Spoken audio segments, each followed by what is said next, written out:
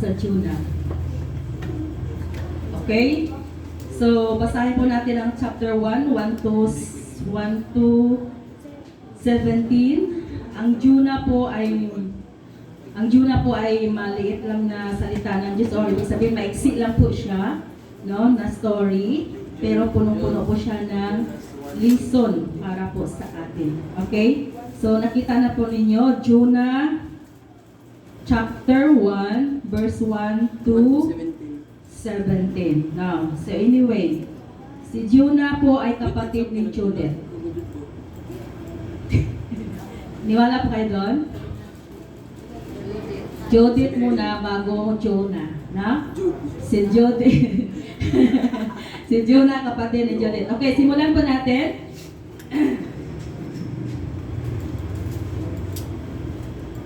Okay, may mga Bible ba lahat? Hindi kayo makasabay kung wala kayong Bible. Hindi po ako mag-class ng sa TV. Pag ako kasi ang mag-preach, hindi ko partner ang projector, na? Kaya ang Bible ang partner ko. Kaya kung wala kayong Bible, hindi kayo makakasabay. Kaya dapat, no, magdala po tayo ng Biblia upang sa ganon, lahat ng sasabihin kong versikulo ay makikita ninyo. At ang versikulong babasahin natin ngayon, medyo mahaba po siya, no? Chapter 1, verse 1 to 17. At sa mga hindi nakabasa ng buong linggo ng Biblia, ngayon makakabasa na po kayo. Kung may Bible kayo. Okay, simulan po natin. Kahit anong translation mayroon po kayo. Sabi po dito sa verse 1, ang salita ng Panginoon ay dumating kay Jonah na anak ni Amittai. Verse 2, pumunta ka sa malaking lungsod ng Nineveh at mangaral ka laban doon pagkat umabot na sa harapan ko ang kanyang kasamaan. Verse 3, ngunit tumakas si Jonah sa Panginoon at naglakbay patungong Tarsis. Lumusong siya sa Joppe at dinatnan doon ng isang barkong pupunta roon. Pagkat bayad ng upa, lumulan siya sa barko at naglayag papuntang tungong Tarsis upang tumakas sa Panginoon. Verse 4. Ngunit ang Panginoon ay nagpadala ng isang napakalakas na bagyo sa dagat, ano ba't halos mawasak ang barko. Verse 5. Natakot ang mga tripulante at bawat isa ay tumawag sa sarili niyang Diyos at tinapon nila sa dagat ang mga kargamento upang gumaan ang barko. Ngunit si Jonas ay nasa ibabang palapag ng barko at mahimbing na natutulog. Nilapitan siya ng kapitan at sinabi, paano ka nakakatulog dyan? Bumangon ka at tumawag sa iyong Diyos. Baka sakaling lingapin niya tayo at hindi mapahamak. Verse 7. Nag-usap-usap ang mga tripulante. Halikayo, magsapalaran tayo upang malaman natin kung sino ang dahilan ng kasamaang itong nangyari sa atin. Nagpasapalaran nga sila at ito'y tumama kay Jonas. Kaya tinanong niya sila, sabihin mo sa amin kung sino ang dahilan ng kasamaang itong nangyari sa atin. Ano ba ang ginawa mo? Saan ka ba galing? Taga saan ka ba? No, grabe naman question. Verse 9.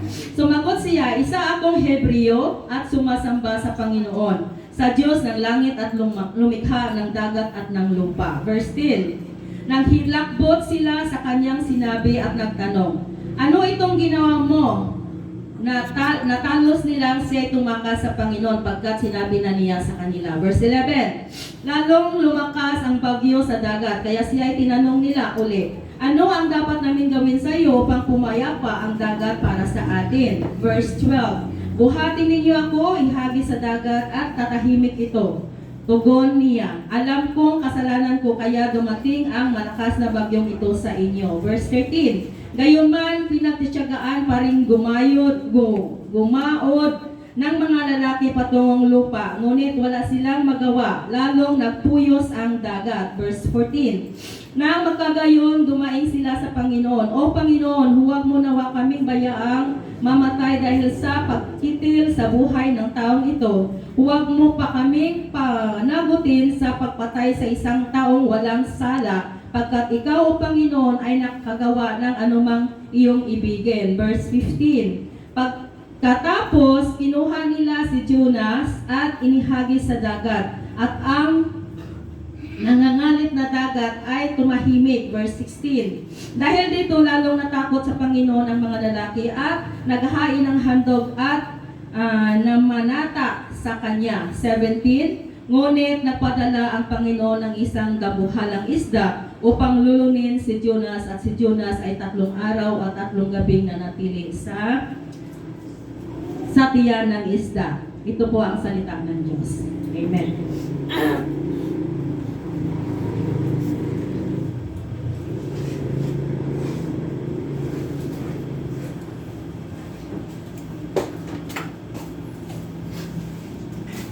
Hindi pa po nagsimula, wala na akong boses. Okay.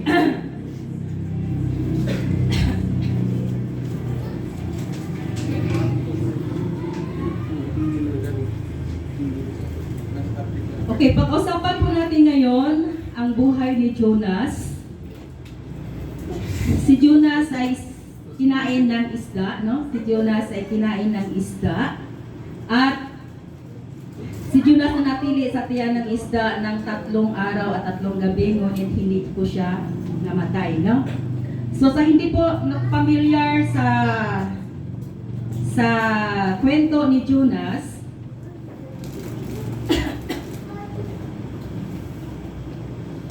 si Jonas po ay inutusan ng Lord pumunta sa city ng Nineveh, no? At doon po mangaral po siya ng salita ng Diyos o sa plano o ipabatid sa Nineveh ang plano ng Diyos patungkol po sa gagawin ng Diyos sa Nineveh, dahil ang Nineveh po o ang mga katawan sa Nineveh, grabe po ang kanilang kasalanan sa harapan ng Diyos, no? So nagbigay ang Diyos ng pahiwatig na 40 days lang ibibigay niya sa Nineveh, at ito po ay kanyang lilipulin o buksain. At kailangan niya po ang tulong ni Jonah upang po pumunta po sa Nineveh. Ngunit si Jonah po ay galit sa Nineveh, no? At ayaw niya po na mabigyan ng pagkakataon ang Nineveh na magsisi sa Panginoon. At dahil po doon, no, si Jonah po, instead na sumunod sa Panginoon, ay tumakas sa plano ng Diyos. Kaya ang title po ng aking i-share ngayong umaga po sa inyo, The Cost of Disobedience. No? The Cost of Disobedience. Kung paano po ang Jonah, maliit lang po siya na kwento o maliit lang po siya na story, no? 4 na chapter, 48 verses, no? Pero marami po tayong matutunan sa buhay ni Jonah kung paano po si Jonah sa harapan ng Panginoon. Si Jonah po isang propeta, pero nakikilala po si Jonah hindi dahil sa kanyang pagiging propeta, no? Sa pagiging mag-prophesy sa lahat ng sinasabi ng Panginoon, sasabihin o magsalita o mangaral ayon po sa kalooban ng Panginoon. Hindi po doon nakilala si Jonah. Nakikilala po si Jonah dahil sa kanyang pagsaway o pagsuway sa Panginoon at sa kanyang pagtakbo or sabi niya doon, pagpalayo, no, sa Panginoon. So doon po nakikilala si Jonas. So ngayon ating tunghayan ang buhay ni Jonas. Ating pag-aralan kung ano po yung ating matutunan doon po sa kwento ng buhay ni Jonas. Actually, yung aking topic ngayon, puro po siya sa Jonas. Wala po tayong ibang pag-aralan maliban po sa buhay ni Jonas. Okay, so verse 1, balikan po natin dito.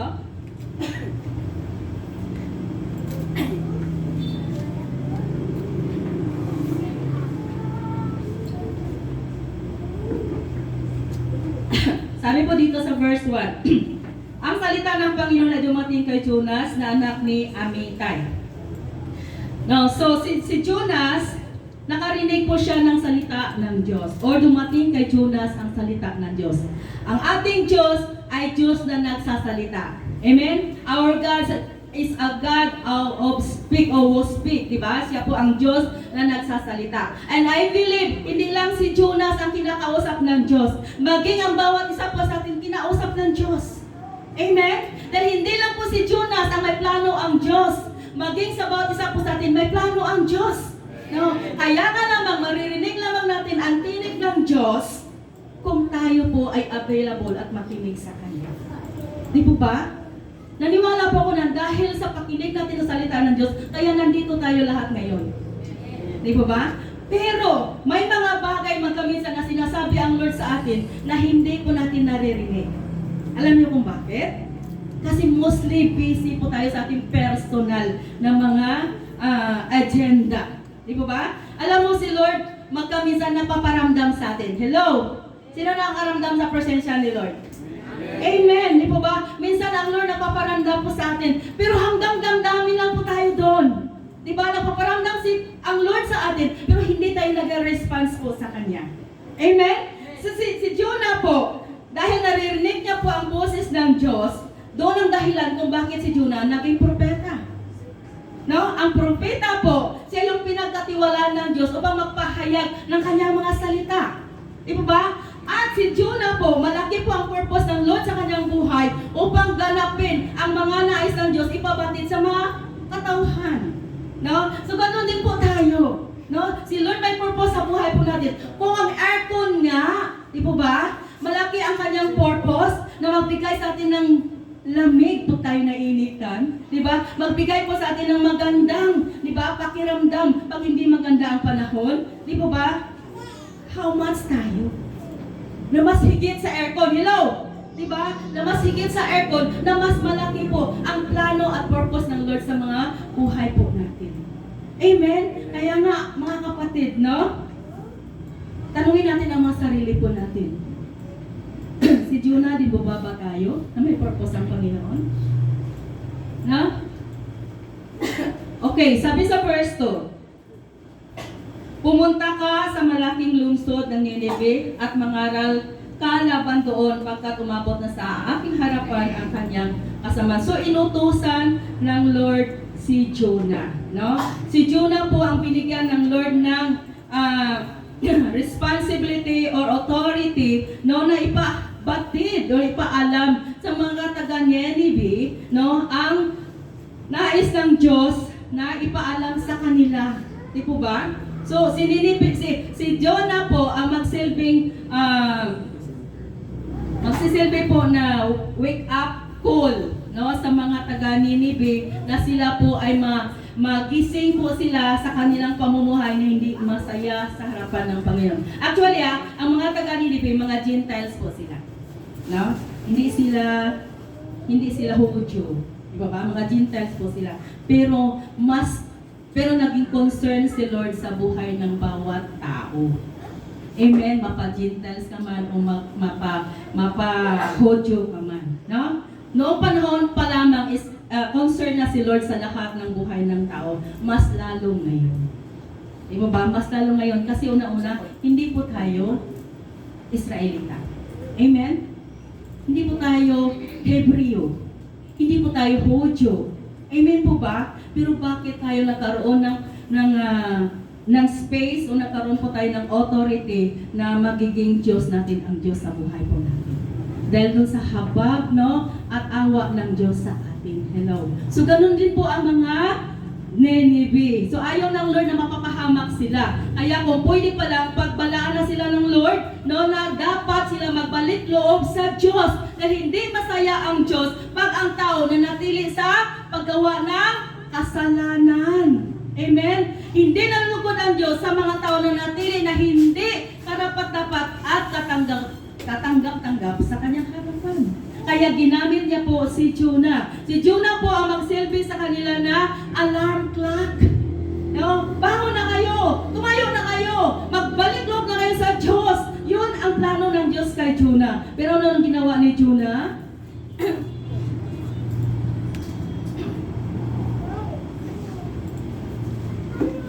Verse 3.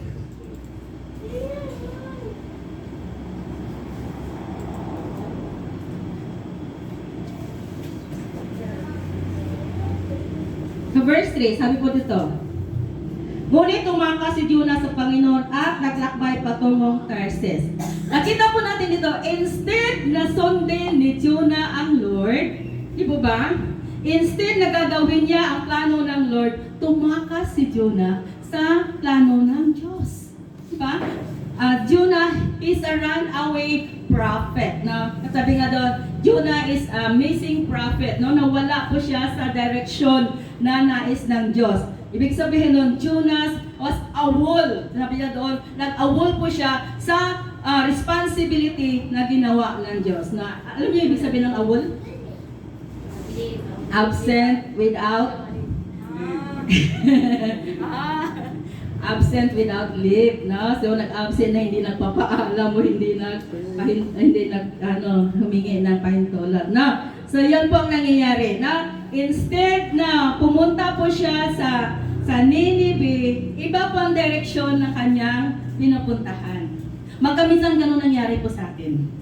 Pag tinatawag tayo ng Panginoon at may pinapagawa ang Panginoon po sa atin, pag hindi tayo masaya sa pinapagawa ng Panginoon, ano sunod ginagawa natin? Tatakas, mag-awol, no? Tatakas, di ba? Tatakas tayo sa pinapagawa ng Panginoon po sa atin. Now,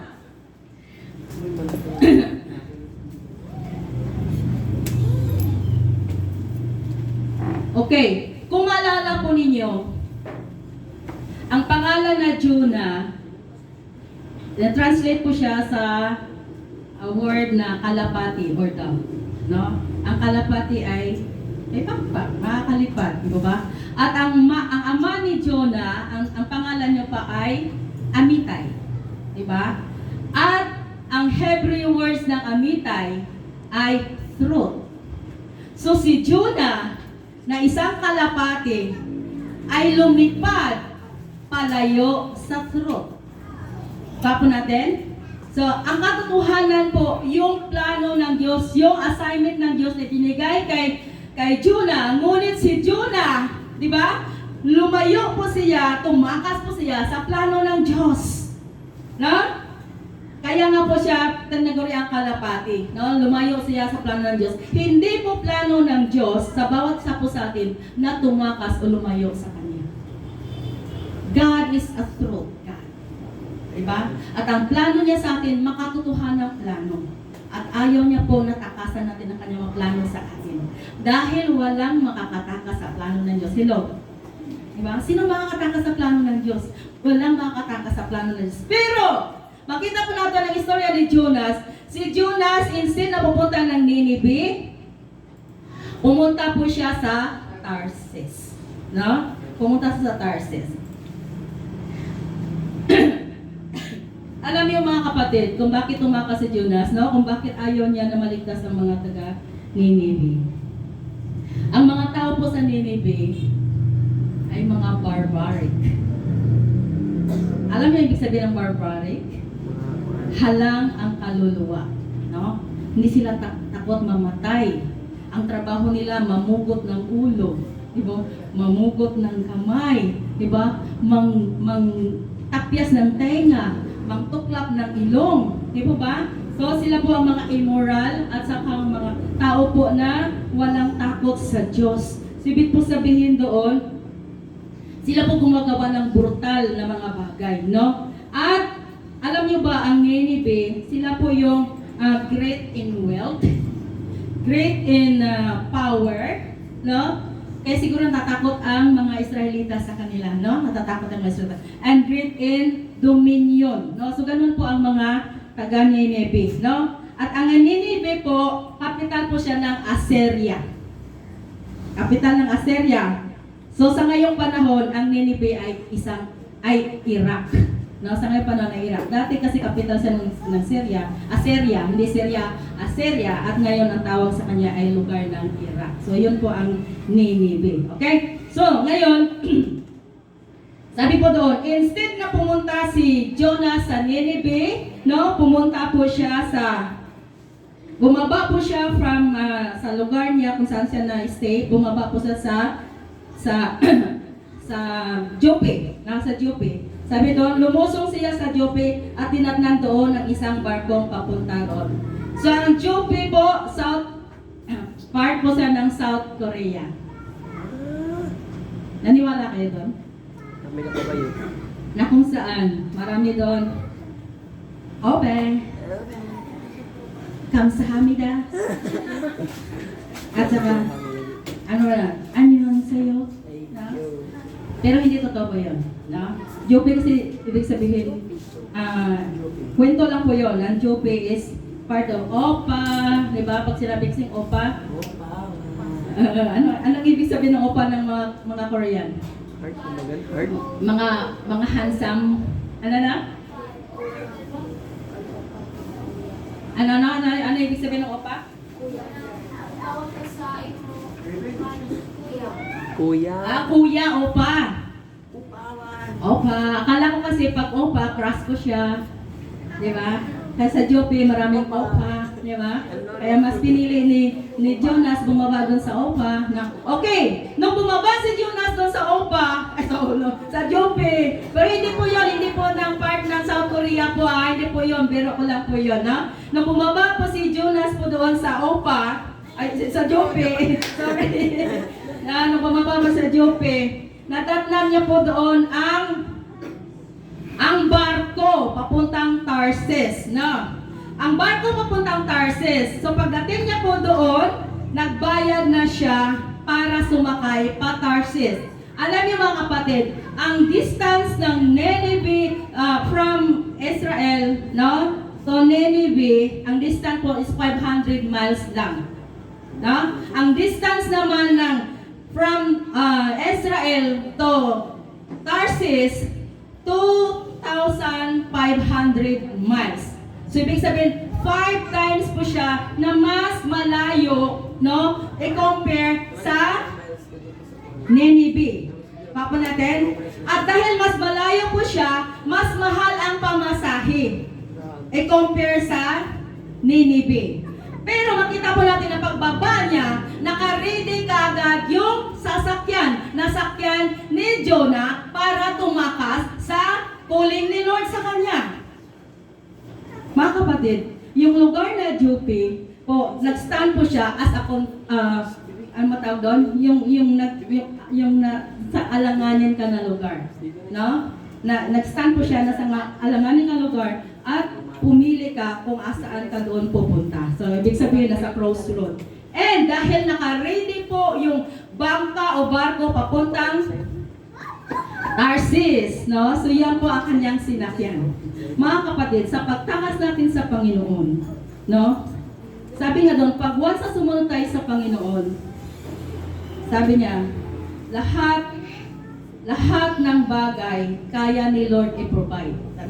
Sabi niya, when God guides, He wants to provide, no? He will to provide everything na ating mga pangailangan. Pero pag tumakas ka sa Panginoon, tumakas ka sa will ni Lord, may provision gihapon.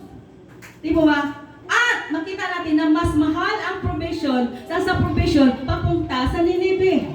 No? Makita po natin doon. Okay. Magkaminsan sa pagtakas natin sa Panginoon, hindi lahat na nakaatang sa ating harapan, yun na po yung direction.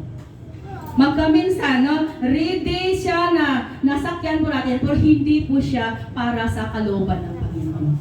Minsan maraming mga offer sa atin, no? Ang sakyan na papuntang Tarsis, offer po sa kay Jonah, no? Maraming offer sa ating harapan, pero ang tanong, ito ba ay kalooban ng Lord? Ito ba direction sa dinadirect ni Lord para po sa atin? Dahil hindi lahat ng transportation ay God's direction. Amen? Hindi lahat ng way ay right way. Hindi lahat ng opportunity ay para sa Ginoo. Amen? Pag once na niya ang mga opportunity na layo sa Ginoo, hindi po yun ang kalooban ng Lord para po sa atin. Tanda po yun na ito po ay si Satanas o ang kaaway ng Diyos ang nagkakaloob nito. Kasi kung marunong si Lord mag-supply, marunong din si Satanas mag-supply. At itong kaibahan, kung kay Lord, madali lang. Pero kay Satanas, ang tagal. At kay Lord, mura lang. Kay Satanas, ang mahal. Hello? Ibig po sabihin, ikot-ikot ka pa, mahaba ang sitwasyon, mahaba ang pag-waiting, mahaba ang buhay, mahaba ang kahirapan na ating maranasan pag hindi kalooban ni Lord ang ating nasusunod o nagagawa. Amen? So napakaganda po na alamin po natin kung anong offer mayroon sa ating harapan at ating sinusunggaban. Ito ba para sa Lord at ito ba ay para sa paglayo sa atin sa Panginoon? No? Tandaan po natin, kung ang ating Diyos ay buhay, si Satanas ay buhay. Kung ating Diyos ay kumikilos, si Satanas ay kumikilos. At yun po ang nangyayari kay Jonah nung siya po'y lumayo sa Panginoon, nung siya po'y tumakbo sa Panginoon, kagad-agad may provision, kagad-agad may sasakyan, kagad-agad andun ang pagkilos ni Satanas, no? Upang lumayo, the more na mapapalayo si Jonah sa kulin ng Panginoon. At sabi nga doon, ang Tarsis, opposite ng Nineveh, ang pinakamalayo na lugar mula po doon sa Israel. No? At masaya si Jonah na sumakay doon sa barko na yon. At if naman na hindi siya masusundan ng Diyos. Mga kapatid, pag tayo ba'y lumayo sa Diyos, maniwala ka hindi ka masundan ni Lord? Saan ka man magtago, kapatid? Alam ka ni Lord kung saan ka. Si Lord ang hindi matatakasan. Sabi nga, mas maganda na lang kalabanin mo si Satanas, huwag lang ang Diyos. Kasi kung si Satanas ang kalabanin mo, kakampi mo ang Diyos. Pero pag ang Diyos ang kalabanin mo, sino kakampi mo? Diba sarili mo? Amen? At ito mga kapatid, ang taong tumatakas, humahaba ang daanan. Ang taong tumatakas, nagtatago. Hello? Amen po ba? At ang taong tumatakas, sabi nga doon, magastos. Pero, ang taong tumatakas, sabi nga doon, sabi niya, mas madiskarte. No, mas maraming alam.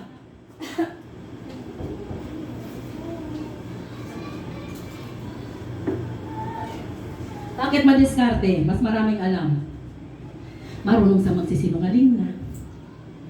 Marunong sa mag-isip kung ano yung dadahilan niya. Di ba ba? Marunong sa gumawa ng mga bagay na kung saan makaver up niya sarili niya. No? Pero pa ang tao po na hindi tumatakas sa plano ng Diyos sa kanya, hayagan lagi ang kanyang buhay. Hindi sa guilty, no, wala sang dapat tataguan kasi hayag at lantad ang kanyang buhay sa harapan ng Panginoon. At kung hayag at lantad ang buhay natin sa harapan ng Panginoon, ganun din ang buhay po natin sa harapan ng mga katawan. Hello, di ba ba? At wala tayong dapat itatago.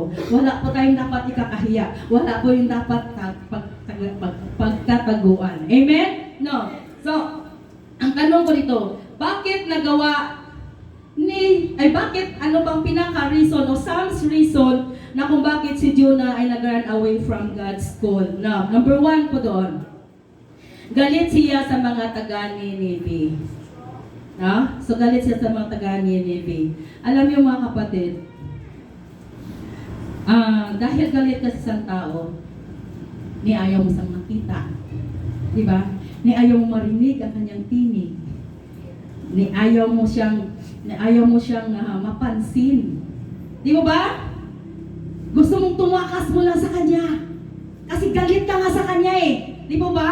So, gano'n po nangyari kay Jonas kung bakit sa nag-run away po siya instead na pumunta sa Nineveh, pumunta po siya sa Tarsis. Kasi galit po siya sa Nineveh. Dahil ang Nineveh, no, sinusukol niya ang Israel. Sabi ko nga kanina, ang Nineveh is barbaric. Di po ba? Wala silang takot, no? At maliit lang kasi na lungsod ang Israel. At malaki po ang Assyria o ang Nineveh. Kaya nga takot din ang mga Israelita sa taga-Nineveh. Isa po yung dahilan na kung saan hindi magawa-gawa ng Diyos ni Jonah ang calling ng Lord sa kanya kasi takot po siya sa Nineveh. Minsan dumarating po sa atin yung mga kapatid. Ano man dahilan hindi natin magagawa yung mga calling ni Lord sa buhay po natin? Kasi takot po natin harapin ang sa harapan po natin. Amen po ba? No? Baka hindi natin kaya. Baka sabi ni Jonah, baka lipustahin nila ako dun, baka patayin nila ako dun. Minsan ganun po tayo, amen po ba? Mas nauna yung takot po natin sa pagganap na calling ni Lord sa buhay po natin. Pero mga kapatid, tandaan po natin, ang Diyos po natin nagmamay-ari ng lahat ng bagay. At At sa Diyos po natin, kaya niyang gawin ang lahat ng bagay. Hello! Di po ba? Kaya niya tayong ingatan. No? Kung anong kinatatakot po natin, kaya niya po tayong proteksyonan. No? Hanggang sa maganap ang kanyang layunin, ang kanyang plano sa atin. Ang sa atin lang manatili at manangan sa pagkatawag ng Diyos sa atin. Huwag tayong matatakot. Di ba? Kahit mamatay tao sila dahil ang buhay, ang Diyos ang nagbibigay. Amen? Di ba alam mo may mga tao na aksidente, halos kalahati na yung ulo. May nakita ko noon kalahati na lahat, ganyan. Naitak si Jata, tapos nakalahati na yung utak niya, mukha niya, liig niya, pero buhay pa rin siya. Kasi pinananatili ng Lord ang kanyang buhay. Di ba? So nagpa-recover siya. Hindi ko alam kung Christian siya na tao, ha? So, nanumbalik sa normal lahat sa kanya. Kasi ayaw pa siya ni Lord na mamatay. Amen? So, ano kinakatakot po natin, no? Ano ang gusto, ano ba ang buhay na gusto natin na gagawin ni Lord para po sa atin? No, huwag tayong matakot, no? At magkaminsan, mayroong tawag doon, mayroon si Lord na habit. No, ang habit ng Lord, yung dadalhin po tayo sa lugar na ayaw natin. No? Yung ipapagawa sa atin, yung mga gawain na hindi natin lubos na naisip na ipapagawa po sa atin. Alam niyo sa totoo lang, personal ko na testimony, hindi talaga ako taga Mindanao, di ba? Taga Iloilo ako or Rojas, no? At nakakilala ko sa Panginoon sa Hong Kong. At nung sinabi ng Panginoon sa akin, nadadalhin ako sa Mindanao. Alam niyo, ang tingin ko talaga sa Mindanao ay barbaric place. Ibig po sabihin, mga matay tao, mga tao sa Mindanao. Sabi ko, nung gagawin ko doon, ibala sa kanyon.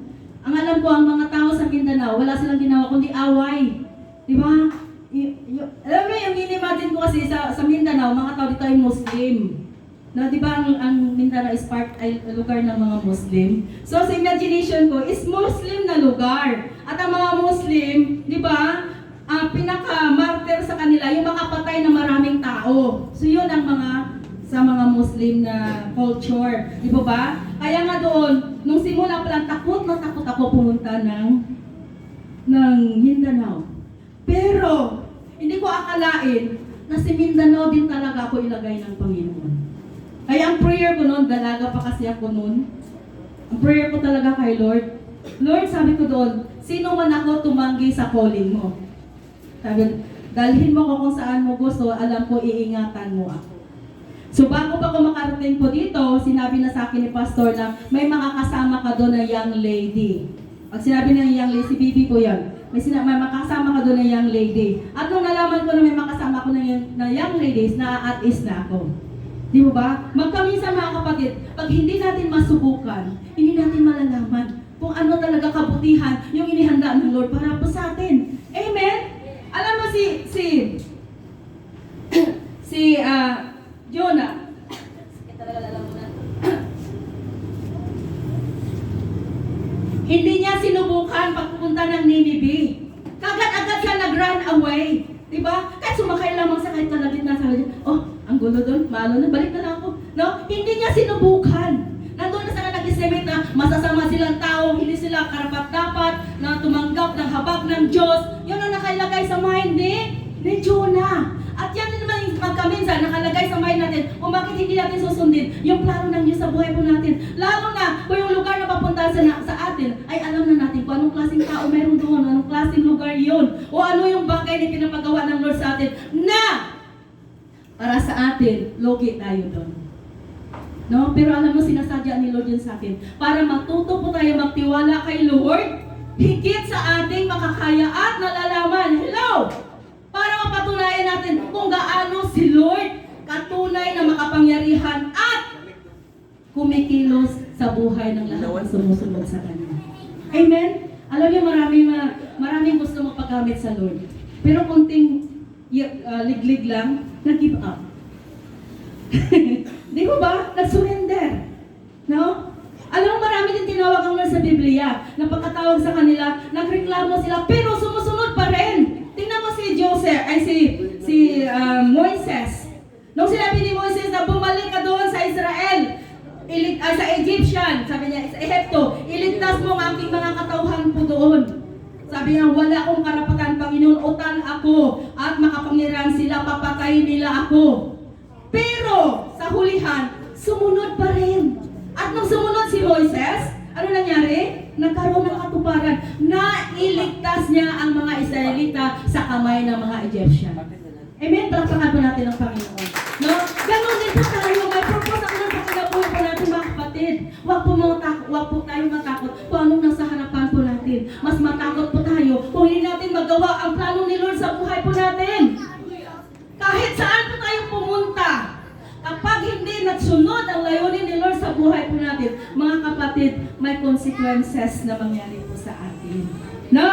Pangalawa po dito, dahilan, takot siya sa mga taga Ninive. Kanina, galit siya sa mga taga Ninive. Ngayon, takot siya sa mga taga Ninive. No? Takot siya na baka, no, ang mga Ninive, pagpasok niya pa lang doon sa pintuan, sa gate ng Ninive, ay patay na siya.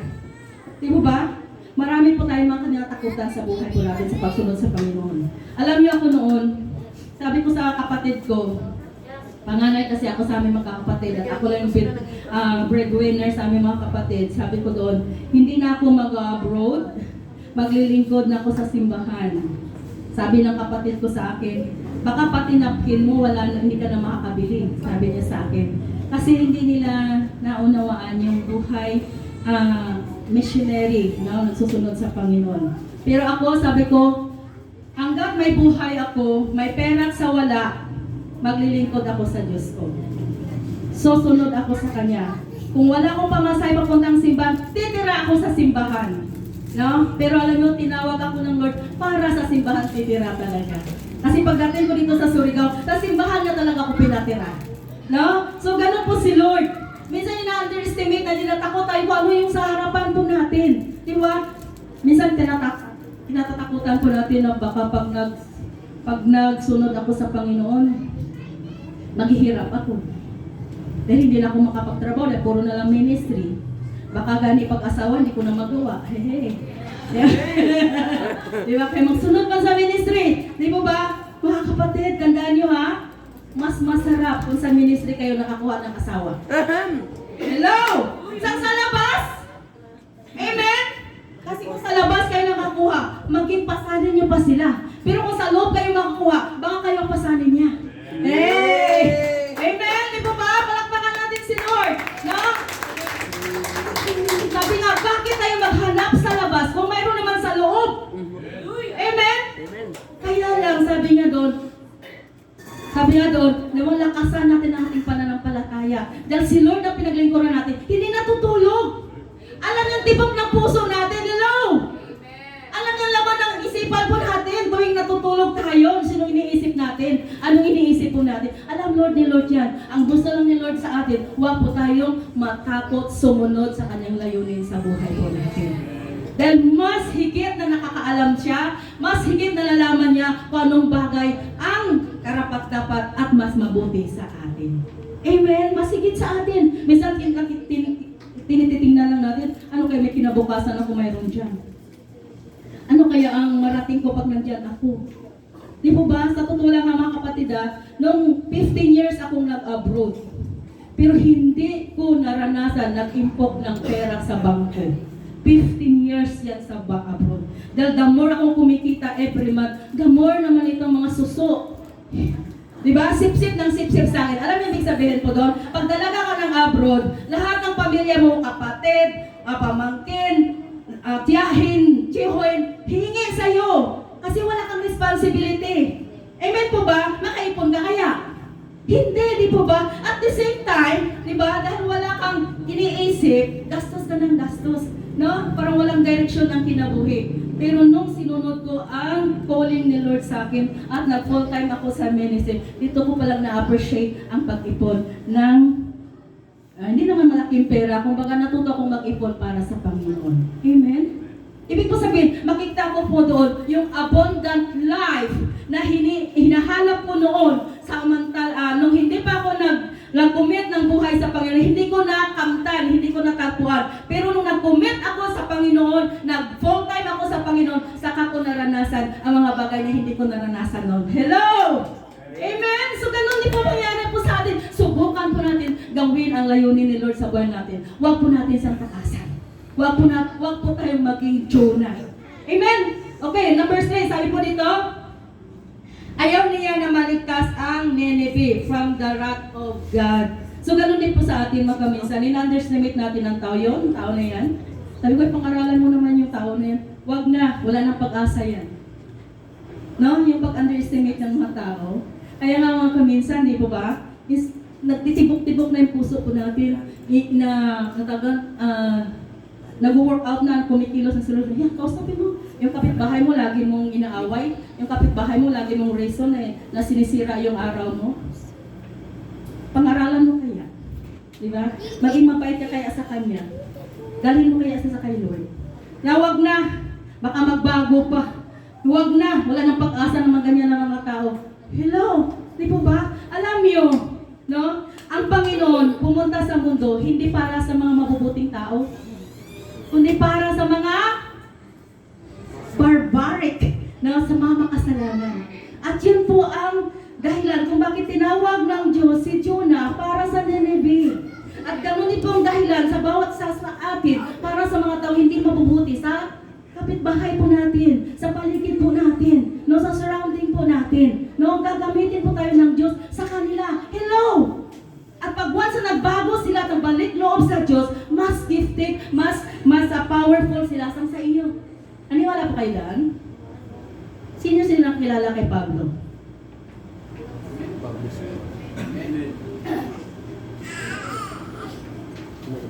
Si Pablo masaho sa barbaric. Alam mo kung bakit? Dahil hinahunting ni Pablo ay mga Kristiyano. Gusto ni Pablo mga Kristiyano pahirapan, patayin, pabilanggo. Yun pang trabaho ni Pablo.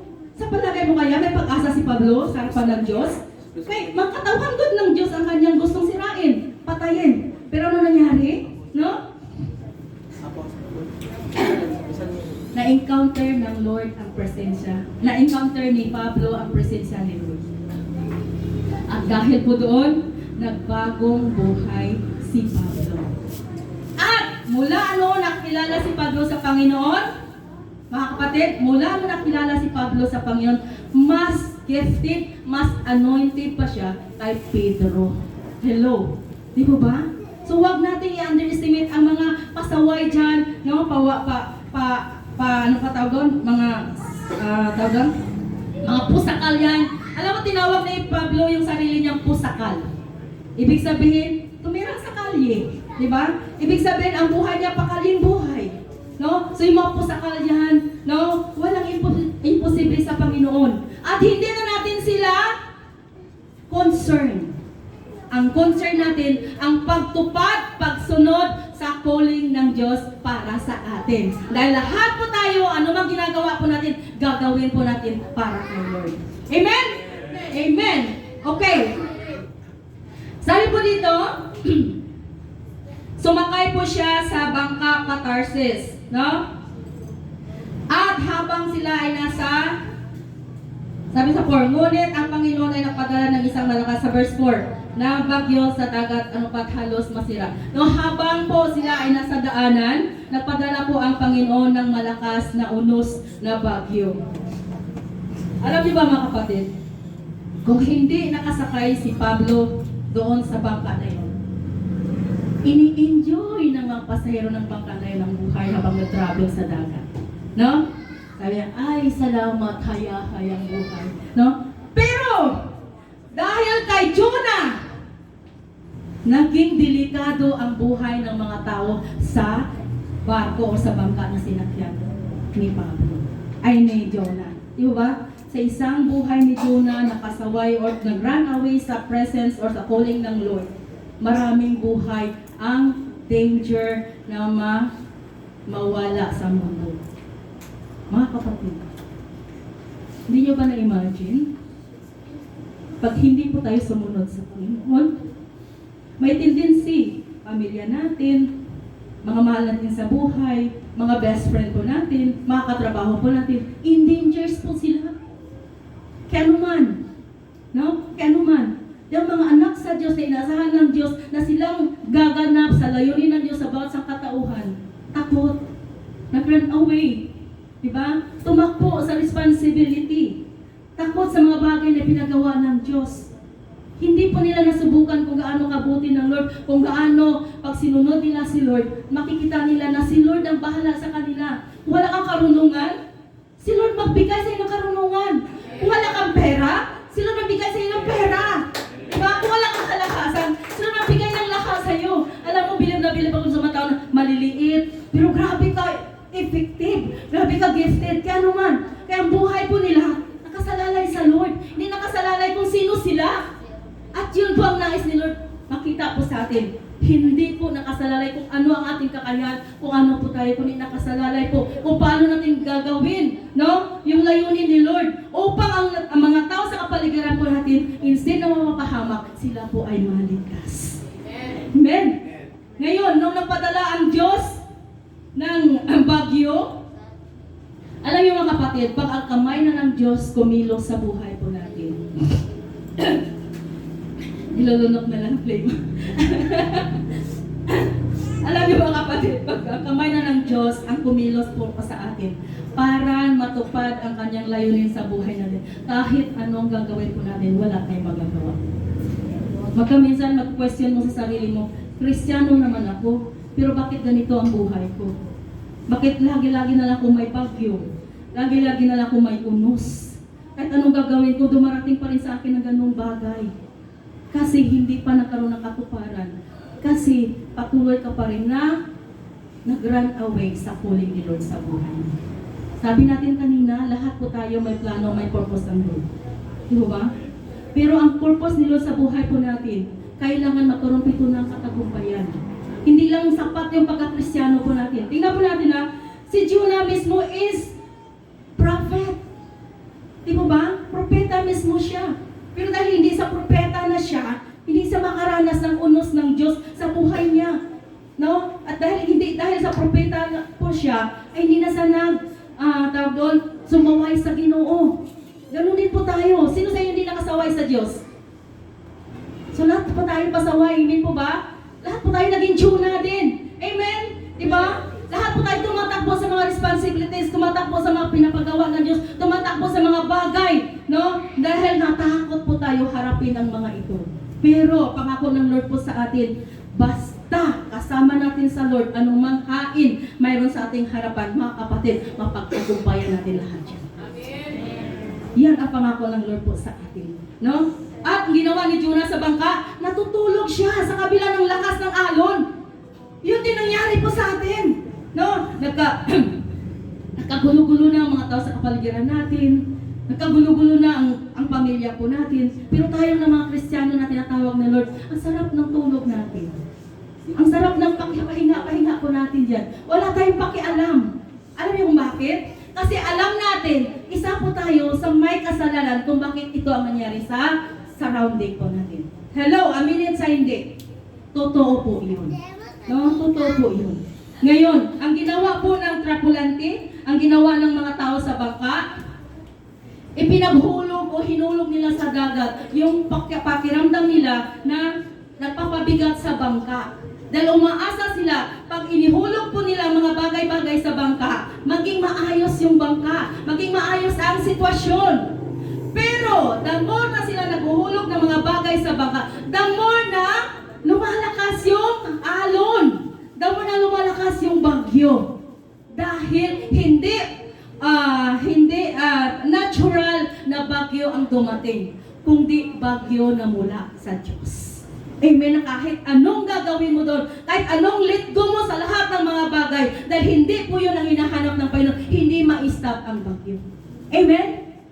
Diba? Nag-stop ba ang bagyo nung hinulog nila ang mga kargamento sa barko? Hindi. Gumaan ang barko, pero ang bagyo nanatili. Kasi hindi matanggal o hindi mapa-stop, no? Ang bagyo na ang Diyos ay may kagawan sa buhay po natin kung hindi mismo ang sarili natin ang mag-surrender sa Panginoon. Amen? Ngayon, sabi ng kapitan sa kay Jonah, bakit nagawa pong matulog? Bumangon ka dyan, tumawag sa Diyos mo. Baka pa naman, diringgin tayo ng Diyos mo. At, sabi niya, pawingin niya ang malakas na bagyo. No? Tapos, sabi ng tripulante, dahil ganun pa rin, sabi niya, magpa-sapalaran kaya tayo kung sino ang dahilan kung bakit nagkaroon tayo ng bagyo na maganda naman ang panahon. No? So, alam niyo na, papaikot siguro ng buti, di ba, sa palaran. So, tumama kay Jonah. So, ibig sabihin, ito na, alam na natin kung sino may kasalanan. Ikaw nga talaga. Sabi, ano ba talagang ginawa mo? Sino ka ba? Saan ka ba galing? Bakit ganito ang nangyari sa atin? Ang sagot ni Jonah, ako po isang Hebreo. Ako po isang mananampalataya sa Diyos. Ang aking Diyos po ay makapangyarihan sa lahat. May likha ng langit at ng lupa. Di ba? At maging ang tubig. Tumakas ako sa kanyang pagkatawag sa akin. So, nung pagkarinig ng mga tripulante, ng mga tao sa barko, natakot po sila. Sabi niya, ngayon anong gagawin namin? Para na manahan. Kasi nasa bibi ng kamatayan ng bawat buhay po natin pag hindi natigil ang bagyong ito. Anong sagot niya? Nag-guilty naman na si Jonah. Ang sabi ni Jonah, itapon niyo ako sa tubig, no? Sa dagat. At sabi niya doon, mamamaya pa ang dagat. Pero dahil may awa po ang mga tao, buti pa mga tao na may awa, no? Si Jonah walay awa sa mga tao. Sabi ng mga tao, hanggang sa makaya pa natin, sabi niya doon, hindi ka namin itatapon, sabi doon. Kasi alam namin na mabait ka rin tao, so ganun siya. So pero ganun ang nangyari, hindi talaga ni Lord pina-stop ang bagyo, kaya napilitan po silang itapon si Jonah. Okay, verse 15. Sabi po doon sa verse 15, dali lang ha, singa mo na ako siguro.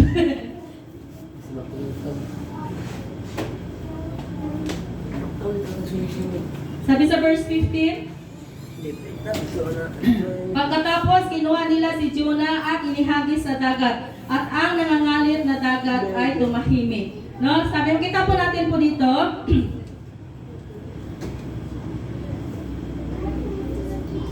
makita po natin po dito na si Jonas lang pala ang kailangan itapon. Mga kapatid, baka may mga Jonas pa dyan sa buhay niyo. Kung gusto niyo maayos, mapayapa, no? At mapabuti yung buhay niyo, itapon niyo si Jonas. Sa dagat. Sinundan ng Jonas cellphone. Ibig po sabihin yung personal natin na commitment sa Panginoon. Sabi nga kanina, di ba, lahat ng mga kargamento, lahat ng mga bagay sa buhay nila, nilet go nila. Pero hindi pa rin na-stop ang unos, ang bagyo. Kasi hindi yun ang kailangan ni Lord. Ang kailangan ni Lord ay ang mga sarili natin, mga kapatid. Ang Jonah sa buhay po natin. No? Na isintro po natin, isurrender po natin ang buhay natin sa Panginoon. At dahil po doon, makita po natin sa verse 16, ano nangyari po doon? Sa verse 16, sabi dito, dahil dito, lalong natakot sa Panginoon ang mga lalaki at naghain ng handog at namanata sa Kanya. Sa ibang mga translation ay nag-bow down, no? Nag-worship sa Panginoon. So makita po natin ito, pag once surrender natin sa Panginoon ang ating buhay, pamilya natin, kamag-anak po natin, mga tao sa kapaligiran po natin, makikita nila kung sino ang Diyos na pinalilingkuran natin. At pag once na nakita po nila ang Diyos na pinaglilingkuran po natin sa pamamagitan ng surrender natin ang buhay po natin sa Diyos, kahit hindi na po tayo mangaral sa kanila, sila na rin mismo lalapit sa Panginoon. Sila na rin mismo matatakot sa Panginoon. At ano man yung mga pinoproblema natin, pinakatubili po natin, lahat po iyon kasama po na mag-bow down sa harapan ng Panginoon. Amen? Na mag-surrender sa Panginoon. Ngunit, isa lang ang nais kailangan gawin ni Jonah. Itapon muna si Jonah sa dagat. Amen? At nung itinapon si Jonah sa dagat, ano nangyari?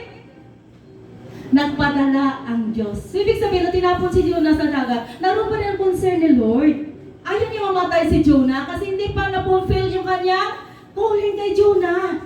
Amen? So, ganun din po sa atin. Di ba ba? Kung sinurinder natin totally ang buhay po natin, huwag kang mag-alala dun sa mga bagay na pinag-alala mo. Dahil isasama lahat yan ni Lord para sa'yo. Amen? Gagawin ni Lord para sa'yo. Lord, mabubuhay pa kaya ako? Mag-surrender ako ng buhay ko sa'yo. Totoo mga kapatid, mabuhay ka talaga. At mas higit pa doon ang gagawin ni Lord para sa'yo. Amen? Kaya wag ka dapat ipaalala. No? Ang mahalaga lang, itapon mo si Jonah sa harapan ng Panginoon. At nagpadala ang Lord na napalaking isda. No? Sigurado ako, hindi yun dilis. Malaki, di ba? Hindi rin yun goldfish. Di ba? Pero hindi sinabi ko anong isda. Pero pinadala ni Lord. So hindi po siya, sa ating wheels kasi yan yung nasabi natin, di ba? Ano bang wheels sa Tagalog? Anong wheel? Balyena. So hindi nakasabi sa Biblia na balyena. Kundi malaking isda na ni-provide ni Lord para na sagip kay Jonah upang si Jonah manatiling buhay. Amen? Alam mo, ito yung issues. Ito yung issues. Ang tao, normal lang kumakain ng isda. Pero ang isda, pag kumakain ng tao, hindi normal. Hello? Di ba ba? At pag once ganyan na kinain na ng isda ang tao, dalawa lang kalabasan. Either sa puwet ng isda, pag sa puwet ng isda, ano mangyayari doon? Dinudumi na siya. Or, isukasan ng isda. Pag isukasan ng isda, may tendency, buo pa siya, ay sinuka man. Hello? At hindi nga siya dinumi ng isda. Sinuka siya ng isda. At sa dry land ba, hindi doon sa pinakapusod ng dagat. Di ba ba? Para na sure na ligtas si Jonah. At alam mo kung saan banda yun? Malapit na sa Nineveh. So, ibig sabihin, napakalayo ng gusto ni Jonah puntahan. Yung pinakalayong lugar para lang makatakbo sa Nineveh. Pero, di ba? Doon lang din pala siya dalhin ng isda. Ngayon, pag pumunta ka sa Nineveh mo, mga kapatid, mamili ka ng masakyan. Bangka o tiyan ng isda?